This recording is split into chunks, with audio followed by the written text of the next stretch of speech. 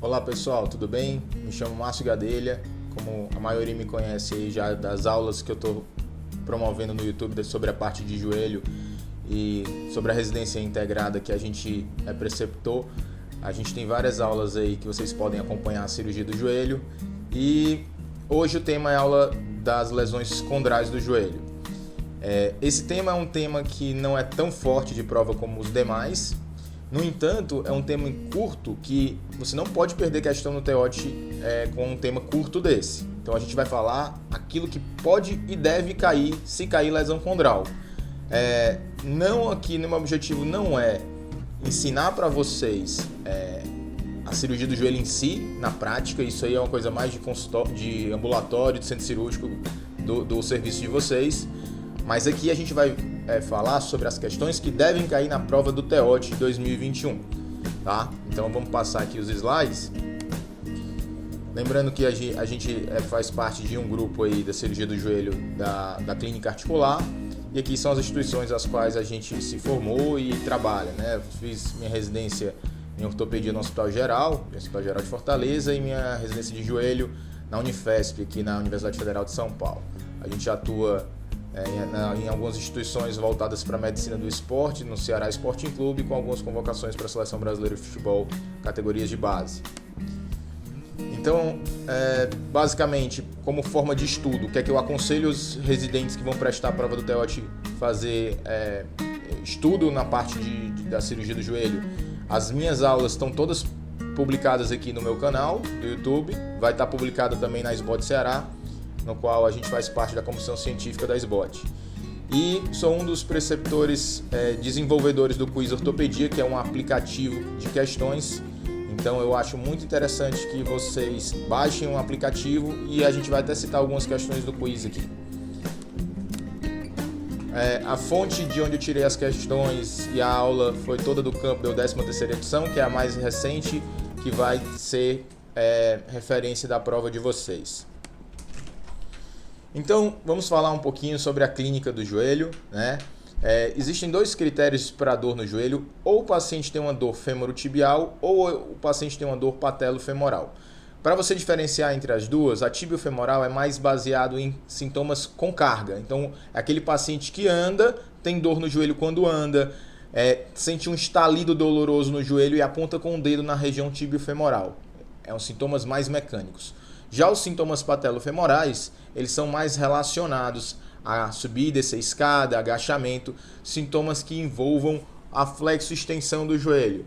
O fato de dobrar e esticar, esse movimento aqui é mais relacionado com sintomas patelo-femorais, enquanto o impacto são mais relacionados com os sintomas tibiofemorais. Isso é importante para você discutir na parte do slide test, apesar de que não é um tema forte para a questão. Em relação à imagem, o Campbell fala que o principal para você avaliar a cartilagem seria ou através de um raio-x ou através de uma ressonância, tá? Nesse slide não vai cair muita coisa sobre isso. O que é que ele pode cobrar de diferente? Que ele cita a incidência de Merchan. Então, eu trouxe informação do INSA, que é o livro referência em cirurgia do joelho para os R4s, que descreve a incidência de Merchan. Então, o joelho fica fletido, 45 graus, e o raio vem caldo cranial em 30 graus de incidência. Isso é uma questão clássica de prova de joelho, mais voltada para o R4, menos para o R1A3. Mas existem partes do livro que ele cita essa incidência e eles adoram cobrar incidência em prova. Então, eu estou colocando aqui como é que ele poderia cobrar essa questão. Descrever a incidência de Merchan. Lesões associadas, tá? Ele cita durante o capítulo que até 80% dos casos que você tem uma hemartrose, um trauma torsional com rotura do LCA, você tem lesões de bone bruise, que é edema ósseo no joelho, que é a lesão condral do tipo edema ósseo, em até 80% dos casos. Toda vida quando ele coloca números assim, é possível de cair em prova. Agora, se eu voltar lá no capítulo de ligamento cruzado anterior, ele cita um dado interessante, que as lesões osteocondrais estão presentes em 21 a 31% das rupturas do ligamento cruzado anterior.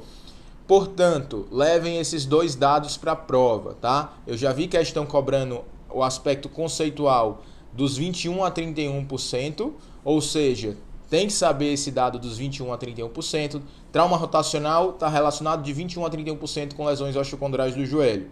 E já o índice máximo que isso pode ocorrer é em até 80%. Então, aqui a gente traz a informação do livro, que você tem que saber que existem informações divergentes nos respectivos capítulos.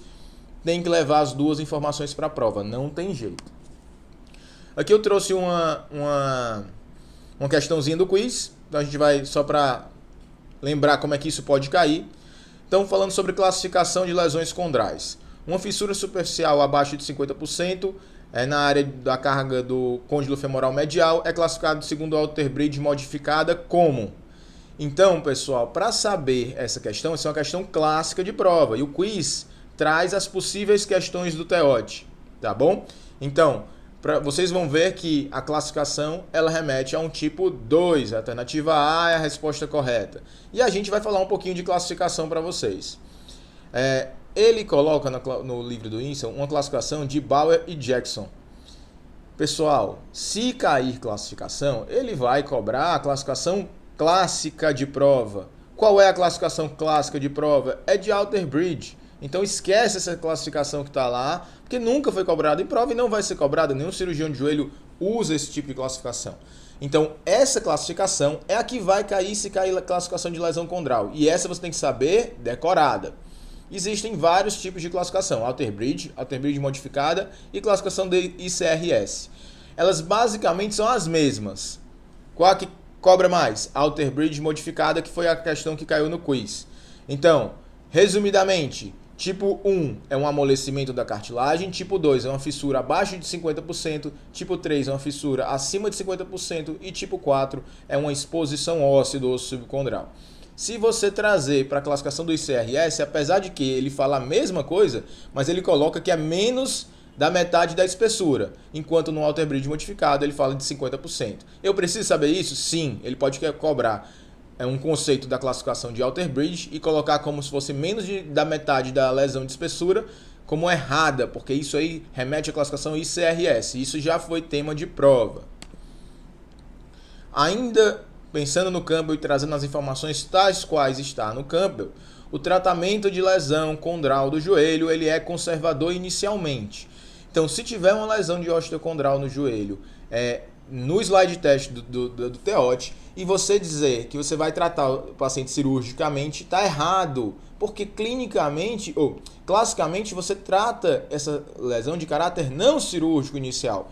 E os casos cirúrgicos são tratados de maneira quando você tem refratariedade.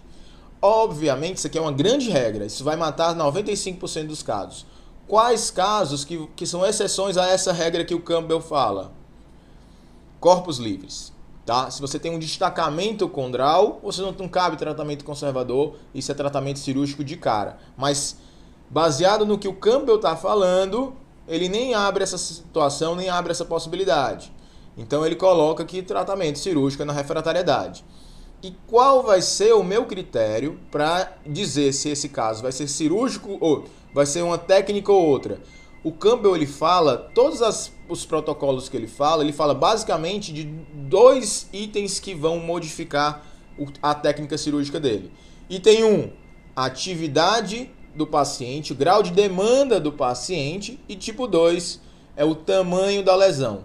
O Campbell ele cita isso como a forma que ele vai guiar o tratamento, tá bom? Então a gente vai comentar um pouquinho sobre os tipos de técnica que ele pode cobrar. Isso aqui pode ser questão de prova teórica ou prova prática. Lembrando, mais uma vez, que a gente traz informações 100% do Campbell. A gente está falando aqui não é para você aprender a fazer cirurgia do joelho. Isso aqui não é uma aula para R4, isso é uma aula para R1, A3, porque isso aí são questões de prova e o Campbell ele vai cobrar isso. Existem algumas divergências, você pode, né, conversar e eu prefiro fazer uma técnica X ou Y baseado nisso. Para a prova, pessoal, decorem isso, é o que vai cair. As aulas que eu estou trazendo aqui não são para discutir a parte prática, a parte do dia a dia, a parte de artigos, coisas mais modernas. Aqui é o que vai cair no TEOT, tá bom? Esse é o intuito da aula. Então o Campbell ele cita duas tabelas. Uma ele fala sobre as técnicas e a outra ele fala sobre os tamanhos da lesão. Pensando aqui na que ele fala sobre a técnica, ele basicamente fala que smaller lesions, ou seja, lesões pequenas, ele divide entre alta demanda e baixa demanda. Lesão pequena com baixa demanda ele faz microfratura e lesão pequena com alta demanda ele faz mosaicoplastia. Na minha opinião, eu como cirurgião de joelho, não tem sentido nenhum você ter um paciente um pouquinho mais de baixa demanda, 45 anos, e não fazer uma mosaicoplastia para você devolver ali o colágeno tipo 2 para a cartilagem dele, porque ele vai ter um melhor resultado. A gente sabe que a microfratura ela tem um tempo útil e depois ela começa a degringolar os resultados. Mas eu não estou discutindo aqui vida, eu não estou discutindo a essência da prática da cirurgia do joelho, eu estou discutindo a prova do TEOT. E a prova do TEOT coloca que pacientes com baixa demanda, com pequenas lesões, o tratamento de escolha é microfratura, ponto, tá bom? Assim como pequenas lesões com tratamento com paciente com alta demanda, é mosaicoplastia. Quando ele fala de altas lesões, ou seja, larger, né, maiores lesões, ele dá a opção do transplante de cadáver, de halo-enxerto ou o IAC. No caso do... Aí a gente vai para a tabela 2. Analisando a tabela 2, ele coloca que até 3,5 centímetros você pode fazer um transplante de halo-enxerto. E acima de 3,5 ele só dá a opção do IAC, do implante autólogo de condrócitos. Portanto, se cair uma questão no TEOT dizendo uma lesão de 5 centímetros quadrados, etc, em zona de carga do joelho que foi refratária a medidas conservadoras clínicas, qual o melhor tratamento? Você tem que colocar o IAC, que é implante autólogo de condrócitos. Isso é o que acontece na prática? Não. Você pode fazer um transplante de halo-enxerto? Pode. Sendo que na prova, de acordo com o Campbell, é essa a resposta que você tem que se basear. Pensando agora nas lesões pequenas de baixo, de tamanho reduzido, até 2 centímetros quadrados. O Campbell cita bem clássico, abaixo de 2 centímetros quadrados, em área de não carga, ou seja, uma área que não envolve carga, o tratamento pode ser somente retirada desse corpo livre. Então, até 2 centímetros quadrados que não tem área de carga, retirada do corpo livre.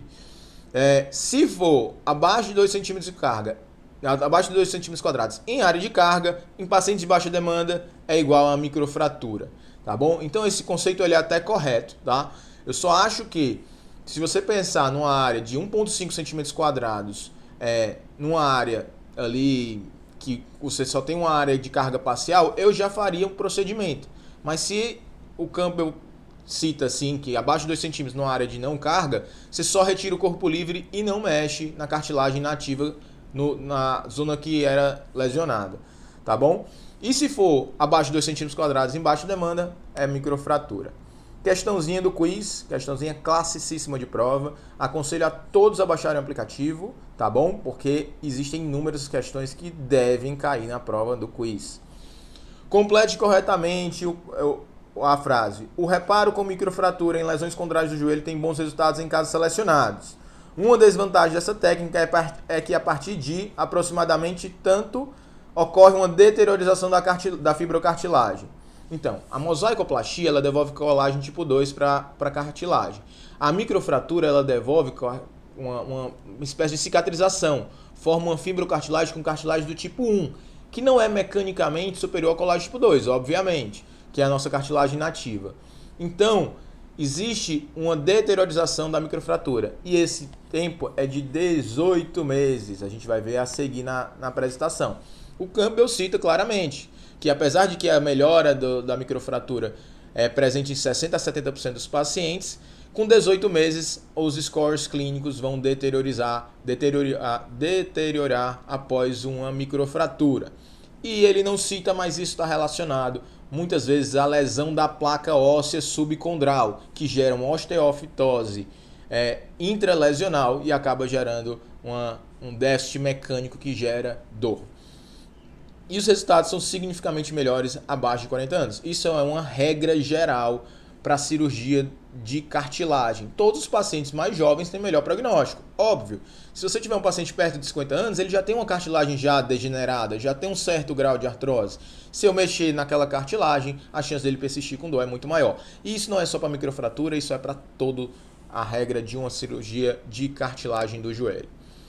Quando ele fala da técnica de microfratura, ele fala um parágrafo enorme. Não decora, entende. Para você fazer uma microfratura adequada, você tem que remover a camada calcificada da cartilagem, lembrando que a cartilagem tem 4 camadas e a última, mais próxima do osso subcondral, é a camada calcificada. Isso é óbvio, você tem que tirar a camada calcificada para você ter um leito ósseo para acoplar, para vir sangue. A cartilagem ela é avascular, então se eu não chegar no osso, eu não tenho células multipotentes, totipotentes para promover cicatrização. Então assim, você tem que chegar no osso para você promover a cicatrização da cartilagem, tá bom? 2. Preservar o osso subcondral. Óbvio, depois que eu chego no osso, eu não tenho que tomar mais osso, né? Eu tenho que preservar meu estoque ósseo, óbvio. Fazer furos entre 1 e 2 milímetros para você não formar uma lesão em si, você faz furos esparsos. Você tem que restringir carga, isso é uma regra para lesões tibiofemorais. Toda lesão de cartilagem você tem que proteger carga. Por quê? Porque a cartilagem, a carga, ela vai machucar a sua fibrocartilagem, ela vai machucar os seus condrócitos se você for, no caso, uma mosaicoplastia. Isso é uma regra universal. ADM precoce, isso é óbvio também. A cartilagem é nutrida por líquido sinovial que é promovida por movimento. Todo procedimento condral você tem que dar movimento. E corrigir o eixo mecânico. Não adianta você fazer um procedimento lindo de cartilagem num paciente varo e ele está com uma lesão no côndilo femoral medial. A gente sabe que pacientes com eixo varo, eles têm uma sobrecarga na região medial. Aí você faz um procedimento que a cartilagem nativa dele já falhou, e aí você vai fazer um procedimento lindo, mas que mecanicamente essa região está sobrecarregada sempre, vai falhar. E isso, pessoal, é algo universal para todas as lesões condrais. Você pode dizer que isso é universal. Qualquer mosaicoplastia, qualquer microfratura, qualquer IAC, qualquer transplante de halo enxerto, você tem que corrigir o eixo, você tem que dar ADM precoce, você tem que preservar o subcondral e você tem que remover a cartilagem calcificada. Então, não é para microfratura, é para todos os procedimentos condrais do joelho, tá? Mosaicoplastia, ele coloca para lesões pequenas e com pacientes de alta demanda. Alta demanda. É isso que remete para você fazer uma técnica de mosaicoplastia. Caiu no slide teste ou caiu na prova teórica, tem que ser mosaicoplastia se o paciente for alta demanda. A mosaicoplastia consiste somente de você tirar o plug de uma região de não carga para jogar um plug de cartilagem numa área de carga. Obviamente que tem vantagem porque é colágeno tipo 2. EMIC é uma membrana que você faz a própria microfratura normal e depois você coloca uma membrana de colágeno tipo 1 ou 3, de origem porcina, equina, de tal forma que você vai conter e não vai deixar que o sangramento que vai promover a cicatrização para formar uma fibrocartilagem, ele fique contido, ele não se perca na articulação. Então você promove uma região de uma qualidade de tecido cartilaginoso que você vai cicatrizar muito melhor. Portanto, ele melhorou muitos resultados, tá bom? Então, quando você associa a microfratura com membrana, você melhora muito, porque você vai estabilizar as suas células que vão cicatrizar o joelho. Então, aqui é um exemplo de membrana, que ele furou e depois fez uma membrana e você suturou. Você pode suturar ou fazer cola de fibrina para estabilizar essa membrana no local. Quando terminar essa apresentação, eu vou fazer uma coisa mais de atualização sobre lesões condrais na prática, falando mais sobre trabalho, sobre ciência, sobre artigos, que é muito mais interessante do que essa aula aqui. Mas para os residentes de 1 a 3 que vão fazer prova do TEOT, tem que saber o que eu estou falando aqui do Campbell, tá? Transplante de halo enxerto. É quando você tira transplante de cadáver. No Campbell ele fala que é de lesões de 2 a 3,5 centímetros quadrados. E que ele gera bons resultados porque ele dá condrócito viável. Os condrócitos estão viáveis, ou seja, você vai dar colágeno do tipo 2. E você é uma vantagem sobre a mossaicoplastia que você pode tirar áreas maiores, já que o paciente é um cadáver. Então, assim, você não vai ter essa preocupação de tirar determinados plugs dele, né? Você pode tirar, inclusive, de uma região de carga, já que ele não vai dar carga. É até melhor que você tire uma região de carga que você tira exatamente no local da lesão que você tem, para que a circunferência, o contorno ósseo do côndilo seja preservado. Portanto, se eu tiver uma lesão no côndilo bem aqui, eu vou tirar do cadáver dessa mesma região para que a minha curvatura seja a mesma. Então eu tenho como dar uma curvatura ideal da cartilagem. Aí você tira do cadáver, faz um template e depois aplica no paciente. Na aula que eu vou dar após, que é mais voltada para a prática mesmo, a gente cita um caso bem interessante. E o IAC, que é o implante autólogo de condrócitos, ele é muito parecido com o EMIC. A diferença é que você faz em 2 estágios. Você artroscopa o joelho do paciente, tira fragmentos de cartilagem de áreas de não carga, processa durante 2 a 3 semanas essa cartilagem num ambiente de laboratório para promover a proliferação de condrócitos e citocinas que vão promover a cicatrização. Depois você reimplanta na forma de membrana, cheio de condrócito, e isso vai formar uma cartilagem muito mais eficiente mecanicamente. Por isso, do resultado muito bom com IAC.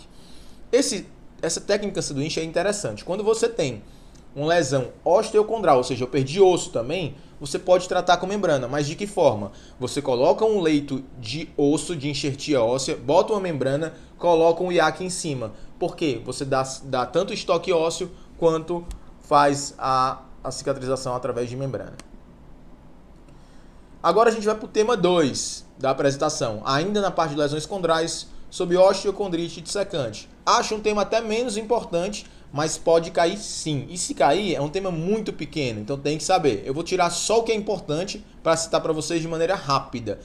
Aconselho depois vocês sempre lerem no livro esse tema, tá bom? Em relação ao osteocondrite dissecante, é verdadeiro o quê? O segundo local mais comum é no côndilo femoral lateral, com 8% dos casos, ocorre na proporção 3 mulheres para um homem, é raro abaixo de 15 anos e acima de 40 anos, e a indicação cirúrgica inclui um joelho sintomático, que é esqueleticamente mais velho que 12 anos e que tem acima de 1 centímetro de diâmetro. A gente vai falar sobre essa questão na frente. Façam um testezinho se vocês estão sabendo. Eu vou dar aí 5 segundos aí para vocês pensarem, mas a gente vai responder aqui mais uma vez essa resposta. Essa pergunta foi do quiz ortopedia, que eu aconselho a todos os residentes a baixarem. Só na App Store e para Android botar App Quiz Ortopedia, que está lá disponível, versão gratuita. Item D é a resposta correta para quem tentou fazer a questão, e a gente vai discutir isso. Falando sobre epidemiologia, a osteocondrite dissecante é a mais comum causa de corpos livres no joelho. Pessoal, eu nunca vi um corpo livre de uma osteocondrite dissecante no joelho. Na verdade, eu vi uma vez. Agora, todo dia eu vejo de artrose corpos livres. O Campbell coloca essa frase. Então, se cair na prova, como tem mais comum, é um tema forte, é uma frase forte para cair em prova. Então, se eu fizer uma questão que eu posso até fazer lá no quiz, que a gente desenvolve as questões para vocês. Qual é a causa mais comum de corpos livres no joelho? Coloco artrose e coloco osteocondrite dissecante. Osteocondrite dissecante, porque o Campbell disse. A minha impressão como cirurgião especialista é que não é verdade, mas eu não tenho que dizer nada. Tem que ser o que a literatura fala. A minha opinião pouco importa. Então, a osteocondrite dissecante é mais comum de 12 a 19 anos, o que mata o item C ali que a gente viu. O local mais comum é no côndilo femoral medial, com 80% dos casos, e ele é mais comum em homens e adolescentes. Sempre que tiver assuntos pequenos, é muito mais comum ele cobrar epidemiologia do que tratamento. Vamos supor, se eu tiver uma lesão de ligamento, lesão de menisco, é mais fácil eu fazer uma questão baseada num tratamento, porque é um tema muito extenso. Então, para eu diferenciar o estudante, eu vou fazer uma coisa mais técnica de tratamento. Se eu fizer uma questão sobre osteocondrite dissecante, que já não é uma coisa muito comum no meio do cirurgião de joelho, imagine para um ortopedista generalista. Eu prefiro que o cara saiba a epidemiologia. E isso é a orientação do pessoal que faz a prova do TEOD. Eles têm que ter um bom senso quando eles vão fazer uma questão. Então, quando for questões com assuntos um pouquinho mais raros, decorem a epidemiologia. Então, quando o item do quiz fala que é mais comum em mulheres, na proporção 3:1, não tem nada a ver. É mais comum em homens durante a adolescência. Índice de bilateralidade, 20 a 30%. Isso não tem o que discutir, é só decorar mesmo esse índice de bilateralidade. Etiologia. O Campbell ele fala um capítulo, um parágrafo enorme. E ele mesmo fala no início, é unclear, ou seja, ninguém sabe a etiologia certa. Se nem o Campbell sabe, se nem os trabalhos mostram, imagine se vai ser questão de prova. Então não estudem isso, não queiram saber. Só saibam que tem várias teorias e que não tem algo definido.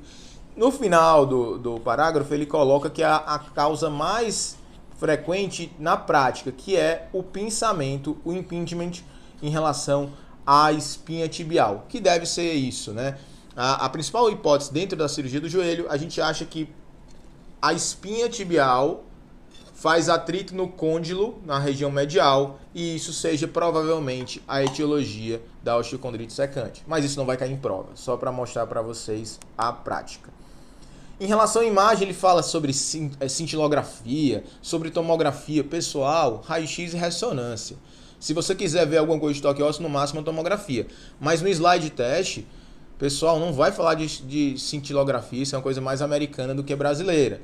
Então, assim, na prática, o que é que a gente faz? Raio-x, pega o raio-x da incidência do túnel para tu ver uma lesão precoce, e a ressonância para você avaliar a lesão, principalmente em relação aos seus critérios de instabilidade. Critérios de instabilidade, questãozinha classicíssima de prova, e eu vou adicionar essa questão no quiz, que é uma questão típica de prova. O líquido ao redor do fragmento e as áreas císticas embaixo do fragmento são os melhores indicadores de instabilidade. Quando você pensa em melhores indicadores, os mais comuns, os mais frequentes, isso é questão clássica de prova. Então você tem que saber essa frase decorada.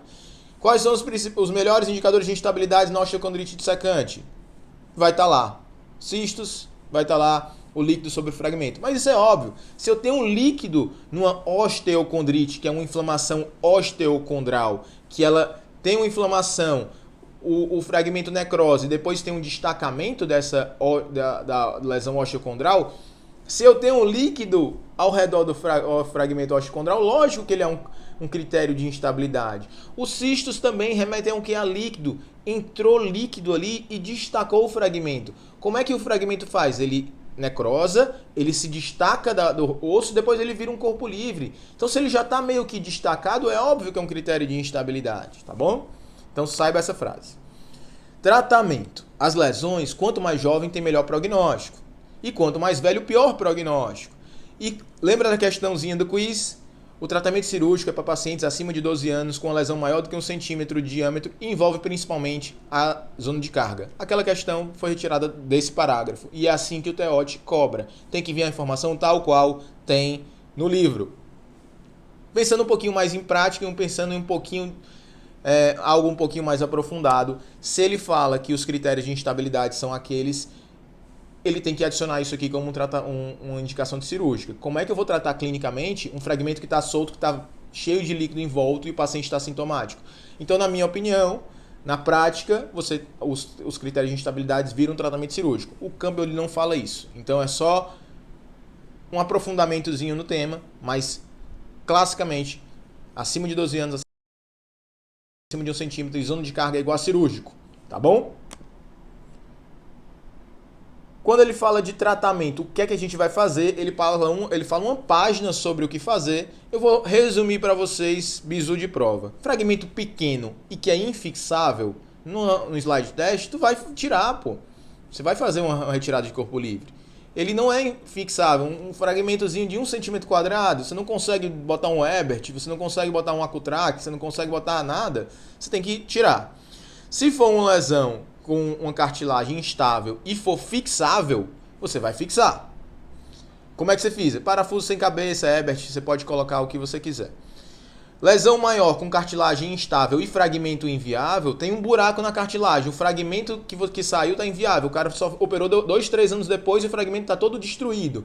Amarelo, pálido, as bordas reabsorvidas. O que é que você vai fazer? Um procedimento reconstrutivo. Baseado em quê? Aí vira aquela lesão condral.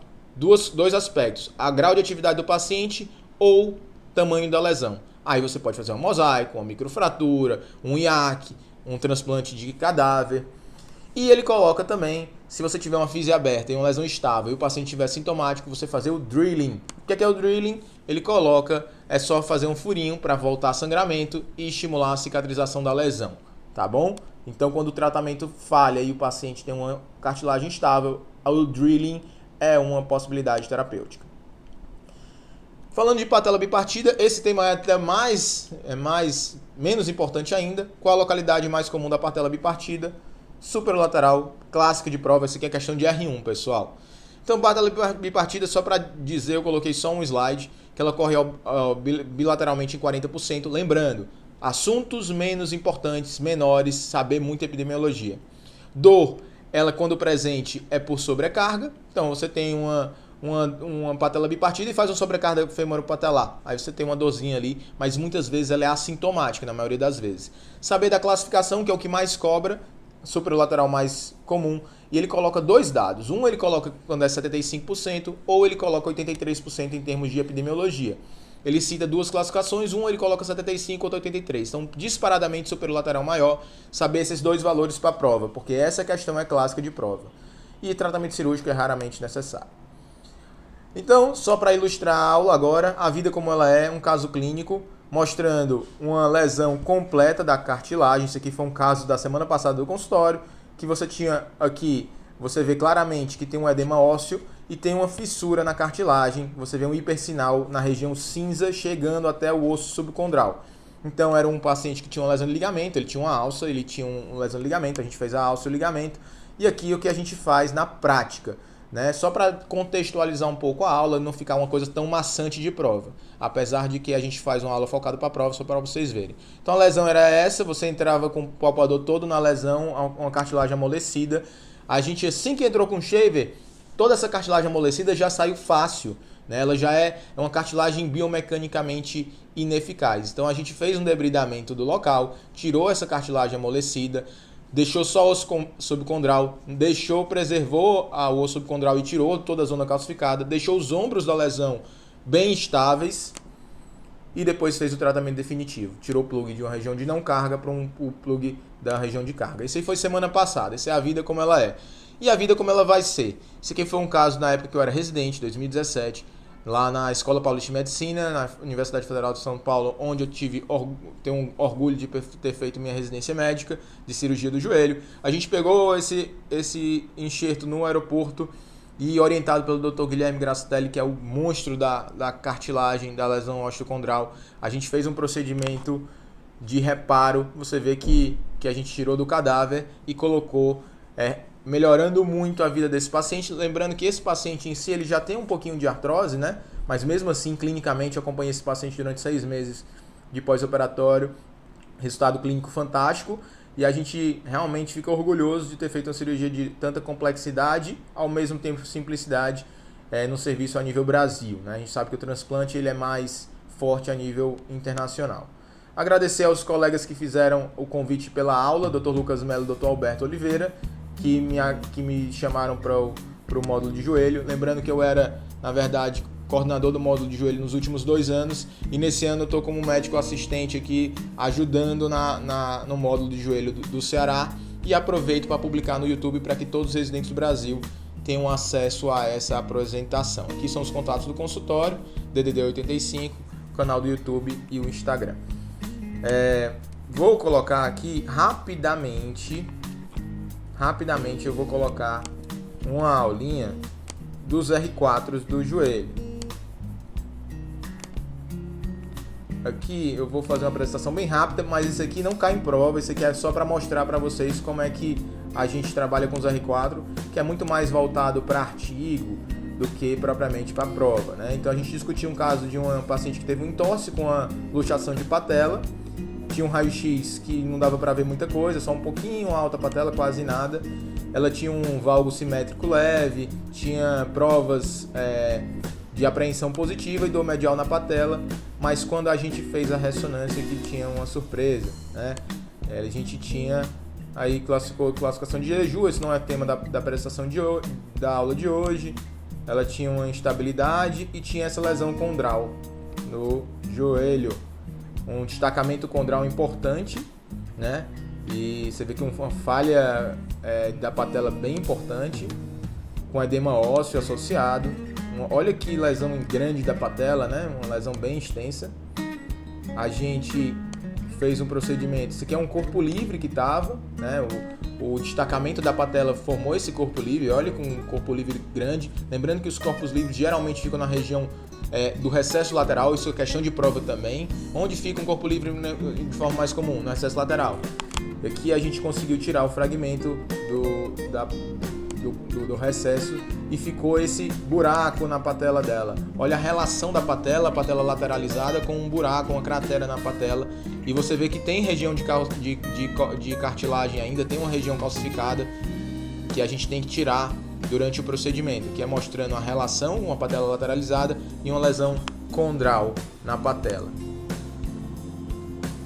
Conduta em relação à cartilagem, agora falando de cartilagem, que é o tema da aula. A gente tem que primeiro fazer uma curetagem, um debridamento dessa lesão da cartilagem, tira toda a zona calcificada para mostrar que não é só coisa de livro, isso é coisa da prática. Eu tenho que ter um osso cruento, né, para acomodar a região. Óbvio que, como a gente vai ver, a gente tem que preservar o osso subcondral de tal forma que você não tenha perda óssea, mas a zona calcificada tem que ser toda retirada. Então a gente comentou o tratamento. Isso aqui a gente teve uma discussão com os R4. Se você nota um pequeno acesso, bem pouco mórbido, usa um fio de chance para everter a patela. Você vê que tem um buraco na patela da paciente. A gente faz uma mensuração, usa o template. Aqui é o template, juntamente com a membrana já cortada para colocar no local, e a lesão condral que a gente tirou daquele recesso lateral. Então basicamente as mesmas medidas. Faz a nanoperfuração, o conceito mais atual é de nanoperfuração, não é de microfratura. Olha como fica bonito o aspecto, lembrando dessa diferença de 1 a 2 milímetros aí entre os furinhos, né? Comentar a técnica que a gente discutiu com os R4, depois a colocação da membrana definitivamente. Você vê que a reconstituição é completa com a membrana, uma cirurgia muito bonita que a gente fez, acho que foi ano passado. Depois a gente fez o ligamento patelofemoral medial, já que ela estava anestesiada, a gente já fez o patelofemoral dela para evitar a recidiva da lesão. Aqui a gente comentou os locais onde você tem que colocar o túnel no fêmur e na patela do ligamento patelofemoral medial. Esse aqui não é o motivo da apresentação de hoje. Aqui é mostrando mais uma vez onde a gente colocou o túnel nessa cirurgia, mostrando o confronto com o livro do Insel. Aqui só um apanhado geral das lesões condrais, pacientes de 15 a 50 anos, são eletivos para tratamento com lesão condral. O paciente tem dor, derrame articular. A indicação, na grande maioria dos casos, é refratariedade a tratamento conservador. E lembrando da exceção que é corpo livre, nessa paciente não teve jeito, foi indicado cirurgia em tempo zero, porque ela tinha um puta corpo livre e eu tinha que resolver essa cartilagem dela. A avaliação do eixo é primordial. No caso do tíbio femoral, é avaliação com panorâmica. No caso do patelofemoral, é com a questão do tracking patelar. Se ela tem um ângulo Q muito aumentado, você pode fazer uma osteotomia de medialização da patela. Se ela tiver uma lesão condral inferolateral, você pode fazer o Fulkerson, que é uma anteromedialização para descomprimir aquela região e o paciente melhorar da dor. Ressonância sempre subestima a lesão. Isso é uma questão classicíssima de prova. Pode cair também quando se fala em lesão condral.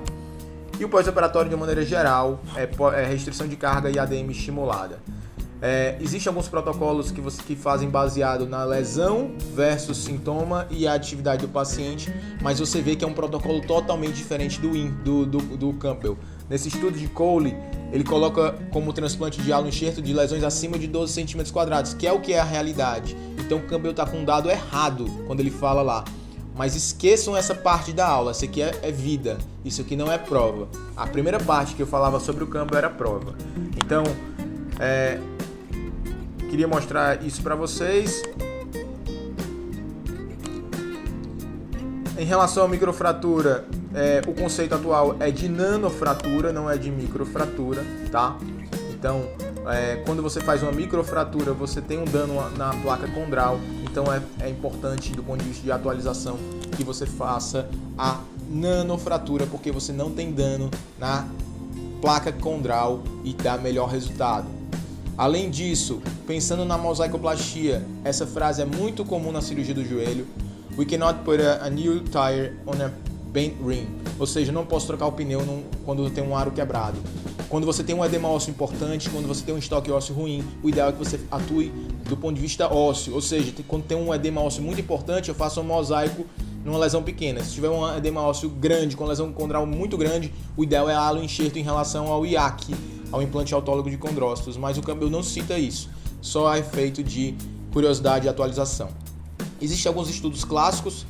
Falando um pouquinho da mosaicoplastia, a gente estuda nível 1 de evidência, mostrando bons resultados em 92% dos casos quando a lesão é tíbio-femoral e 74% quando a lesão é patelo-femoral. Ou seja, o mosaico é melhor para tíbio-femoral do que patelo-femoral. Portanto, aquela lesão, por isso que eu fiz a membrana. A membrana tem muito melhor resultado na patela do que a questão da mosaico, né? E o P era significativo desse estudo. E depois ele fez biópsia mostrando que tinha colágeno tipo 2, mostrando que a efetividade da mosaicoplastia sobre a microfratura. Esse estudo de 2012 de Gudas é muito clássico, nível 1 de evidência, mostrando que um segmento do paciente após cerca de 20 meses, 2 anos, a mosaicoplastia mantém o bom resultado e a microfratura perde resultado, com 50% de bons resultados apenas. Pensando no atleta retorno ao esporte, eu sou médico de time de futebol, sou médico do Ceará. Eu já fiz pacientes com mosaicoplastia em atleta, por quê? Porque o índice de retorno ao esporte, aqui com 28 atletas, apenas um não retornou ao esporte com uma lesão condral e 2 com osteocondral pós mosaicoplastia, microfratura 8 e 6, uma diferença brutal.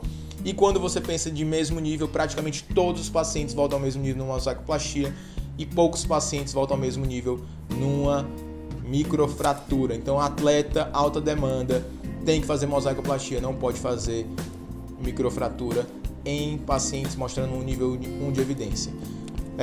Falando um pouquinho de membrana, a gente sabe que a membrana pode ser utilizada para lesões inclusive maiores. Nesse trabalho aqui, com lesões de média de 3,6 cm², comparou microfratura com membrana. Só o fato de você fizer o mesmo procedimento de microfratura, mas colocar uma membrana, você tem manutenção dos bons resultados com a membrana, e a microfratura degringola com 18 meses, mostrando que a membrana pode ser utilizada para lesões maiores com melhores resultados clínicos do que a microfratura. Um estudo de 2017 da NI, uma revista muito bem conceituada, mostrando scores clínicos de 7 anos pós-membrana, mostrando que fizeram lesões de membrana com 3 a 8 cm² e fizeram o IKDC e o Lyncham de score clínico. Foi visto que teve bons resultados após 7 anos com sobrevida da lesão, com P significativo de 87% e um score clínico com um gráfico bem bonito,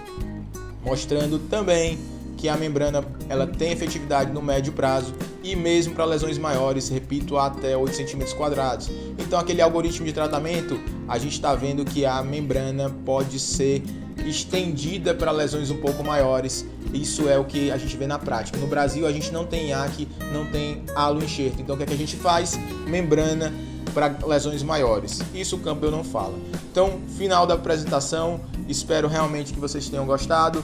Para o pessoal do YouTube aí, importante para vocês terem acesso a essas aulas, já que vocês não estão na residência integrada do Ceará. E aos residentes do Ceará, que a gente tem aulas presenciais, aulas de véspera e aulas práticas. Vocês podem contar com a gente para as próximas aulas de revisão e continuar melhorando a vida de vocês no módulo de joelho. Um grande abraço, pessoal. Até a próxima.